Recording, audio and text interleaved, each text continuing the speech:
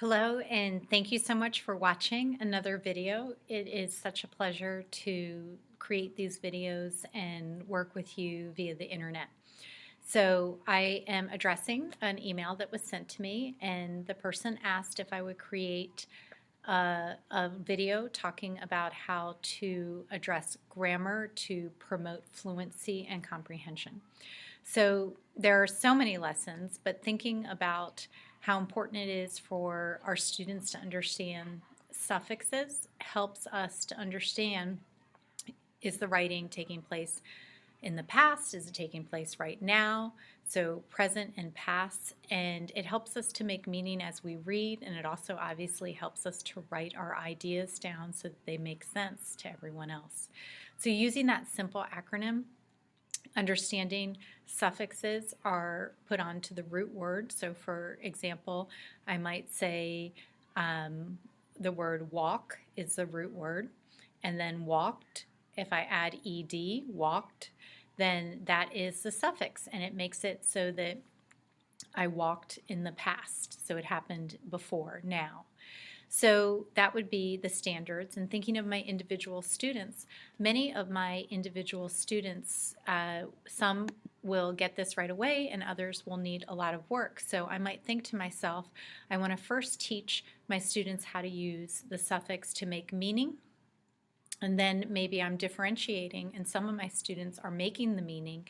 So I might want to teach them how to use the suffix in their writing, because we know that every paragraph has to be the same tense.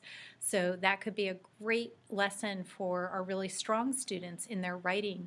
Are they writing present tense the whole paragraph, and are they writing past tense the whole paragraph? And that is a very challenging skill for even adults. So that's how I individualize. I would model by using my read aloud. So sticking with The Night at Dawn by Mary Pope Osborne, it's a great way to continue to do the read aloud and teach one lesson a day from the read aloud. And I would model my thinking when I come across a word with a suffix and share that with my students. And so then the practice would be in their readers, they would look for words that have a suffix to the root word.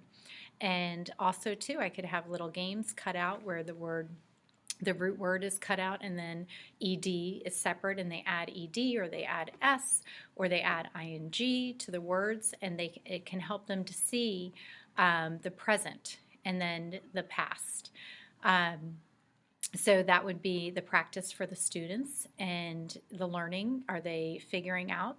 It helps them really to understand how words are made. And the last video was about how every letter makes a sound, and we put the sounds together and it makes a word. So now this is building off that lesson, that we have root words, and then we can put a suffix on the end to tell the reader, is it past tense or is it present tense?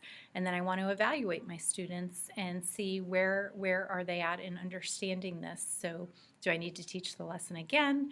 And this is probably a lesson that we would circle through and do throughout the year. And again, the advancement would be the writing. So once they start making meaning from their reading, how can they use that in their writing? So here would be the lesson. And again, The Magic Tree House is the book that I would have been reading every single day. So, you know, I'll get with my students and I'll let them know what it is that I'm going to teach them, and be real clear as I'm doing my read aloud. So here we go.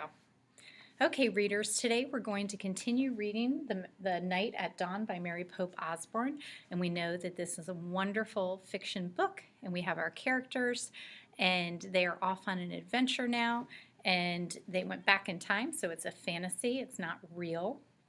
It is an imaginary story because they're traveling back in time.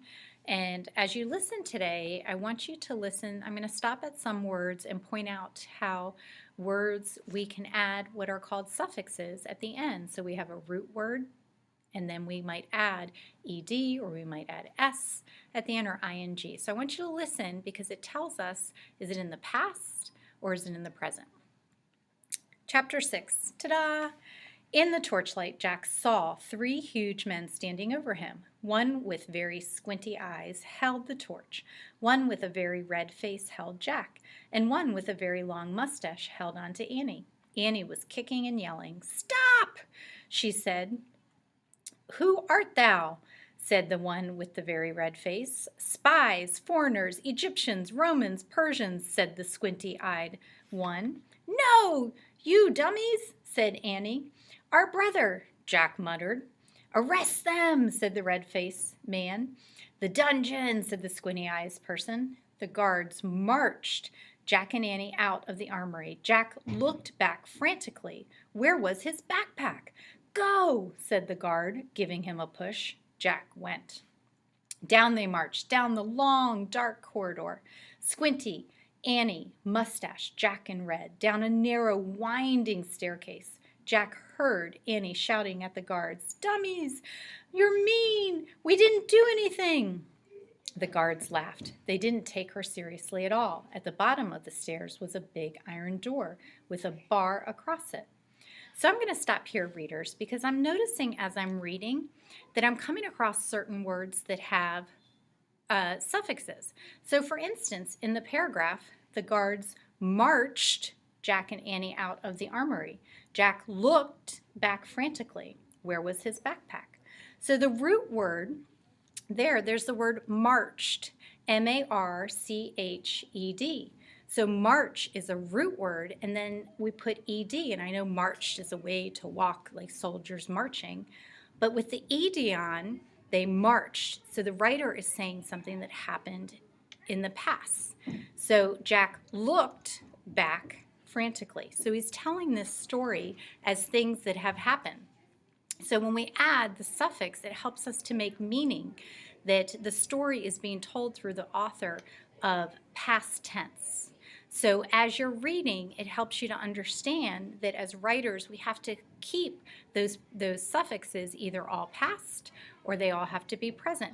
Because if it said the guards are marching Jack and Annie out of the armory, it means that's what they're doing right now. They're marching them out. But instead, it says the guards marched. So the writer is telling it in the past tense. And if we continue on and look at this, it's very interesting to see that the prefixes in the whole paragraph have to match, because marched and looked are both past tense. I can't have in the first sentence, I marched along, and then looked in the past. So as a reader, what I'm thinking is I'm looking to see, is it past tense or is it present tense? Is it happening in the past or now? So readers, as what I want you to do as you read, I want you to look for those suffixes. I want you to think about how is the writer using suffixes to make meaning.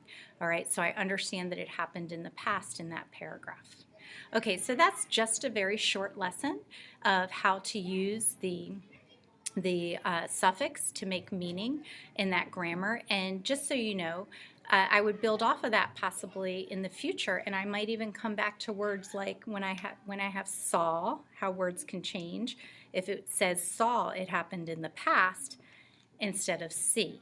So that's a whole nother lesson to add on to this. So I hope this lesson was helpful in thinking about how to use grammar to help students to create fluency and to create comprehension. Because if they understand when they see the ED or they see the ING or they see the S, it's going to help them to understand what's taking place. And we have to point that out for them specifically so that they can see, was it happening in the past? Did this happen to the characters in the past, or is it happening right now?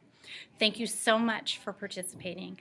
I look forward to your emails, and hopefully I'll get another email tonight so that I can create another lesson, because we'll go on for another week. If people are asking me to do lessons, I'm happy to do it for one more week of this session. So thank you very much. Have a great day.